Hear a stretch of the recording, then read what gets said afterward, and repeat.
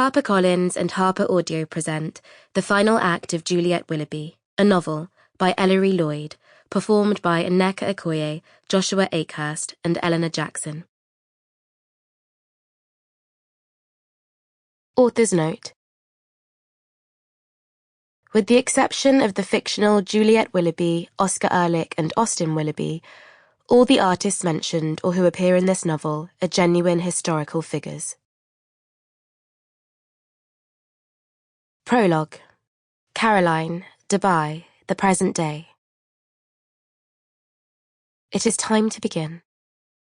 I am standing at a podium in front of a painting in an art gallery in Dubai.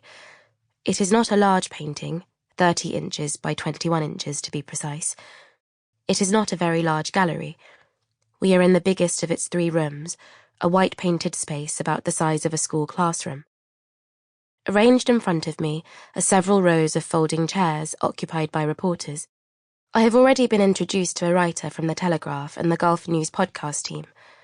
A group of press photographers are clicking away, flash guns strobing.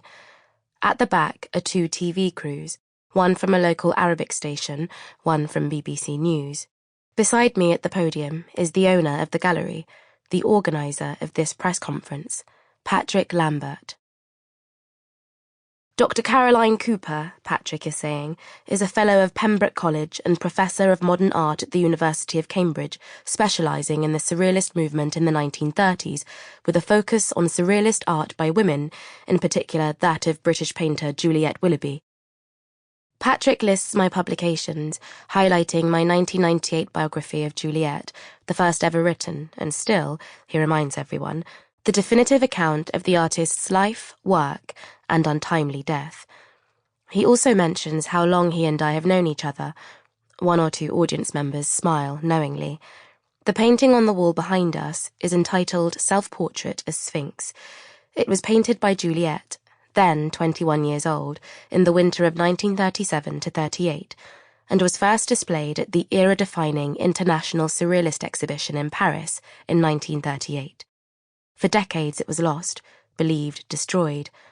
Last night it was sold, right here, for £42 million. Thank you, Patrick, I say, as he takes a seat in the front row. He gives me a wink. I stifle a smile back.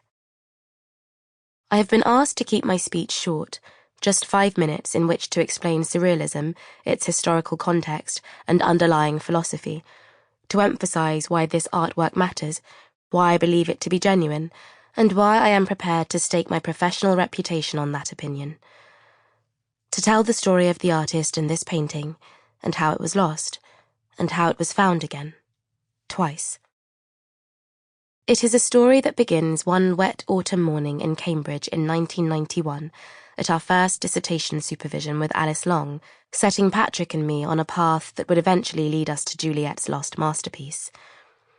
It is a story that begins one winter evening in Paris in 1937, when a runaway British heiress embarked in the cold and cramped Montmartre studio she shared with her famous artist lover on one of the most remarkable paintings of its era. It is also, I suppose, the story of Patrick and me, how we fell in love, how a painting brought us together, drove us apart, and now seems to have united us once more. Of everything I have to say, I am aware that 30 seconds at most will make it onto TV, a sentence or 2 into the newspapers. The headlines will be all about the sum the painting sold for and who bought it. But perhaps what I really want to tell everyone in this room is, look at it. Look at her. I almost said, because it is her you notice first. The work's dominant central figure, her wild auburn mane, her ice-blue eyes, her expression, defiant, fearless.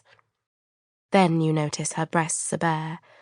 Then you notice there are 6 of them, arranged like the teats on a cat. Then you notice she has a cat's legs, too, a cat's haunches, tortoiseshell patterned, sharp claws, and you start to wonder what it might mean to depict yourself as a sphinx, as this sphinx. Only up close can you truly appreciate the painting's vast intricacy, Sample complete. Ready to continue?